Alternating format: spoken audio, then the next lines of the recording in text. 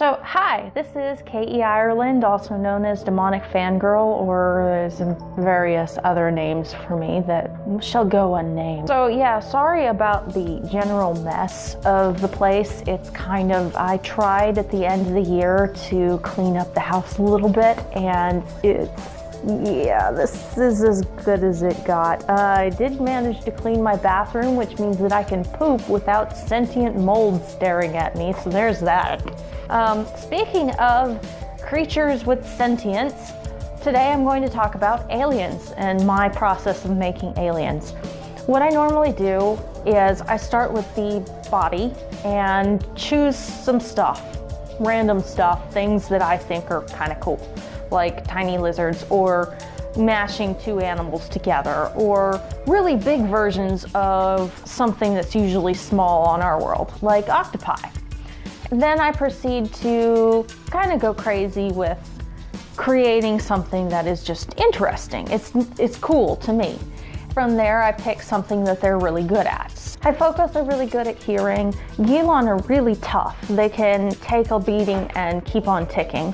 Varas are really tough. They were actually created to be that way. That's something else entirely that I won't go into right now. Humans, we're really good at walking. We are endurance creatures. We can keep going and going and going and going and going and going. And like, heck, humans can outwalk a horse. We can catch up to a horse. Not running, just walking.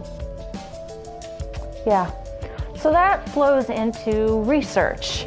What I normally do is I start with looking into real-world examples of stuff that I want to do, like let's say the limited telepathy. How would I go about scientifically explaining something like that? Because we have the technology now for machinery to read those electric pulses and be able to make replacement limbs that can actually pick up and move things and stuff like that.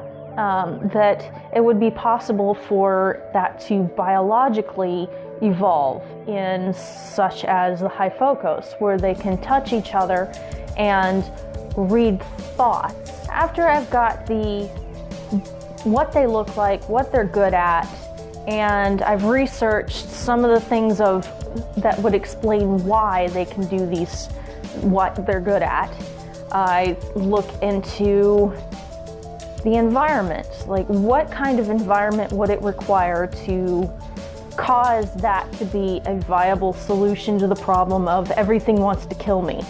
The Hyphocos were tiny lizards that had limited telepathy, touch telepathy, and they're very delicate creatures. They're easily stepped on, easily suffocated, easily killed, essentially. So they would need somebody else to help them.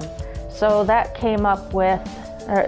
led to their semi-symbiotic partners that they can crawl into and hide in, and these partners can withstand more things than the Hyphocos can.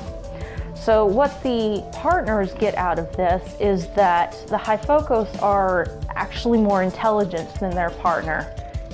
Anki, get down. And they offer better reflexes, they offer another set of eyes, they offer another set of thought processes that can process threats and stimuli and everything that's going on in order to get the creatures out of the dangerous situation that they're currently in. In return, they also get grooming and just general housekeeping. That leads into habitation. How do these creatures live on a daily basis?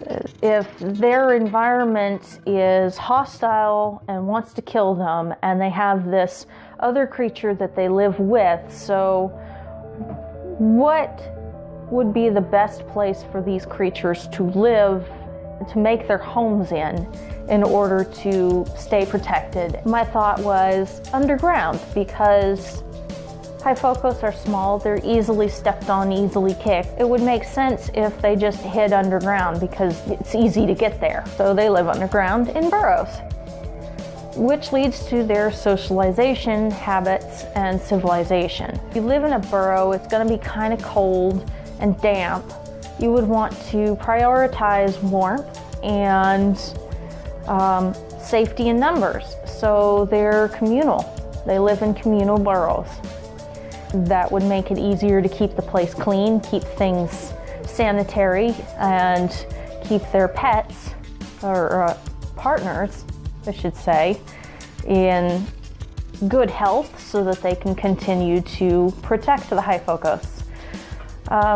That again folds back into researching. So I would look up things like how do naked mole rats live? If you want to help me out in general, I have a Patreon. I've linked that below in the description, and that money is actually going to help feed my cats, probably, because they're buttheads and they eat me out of house and home. Cats. Yep, cats.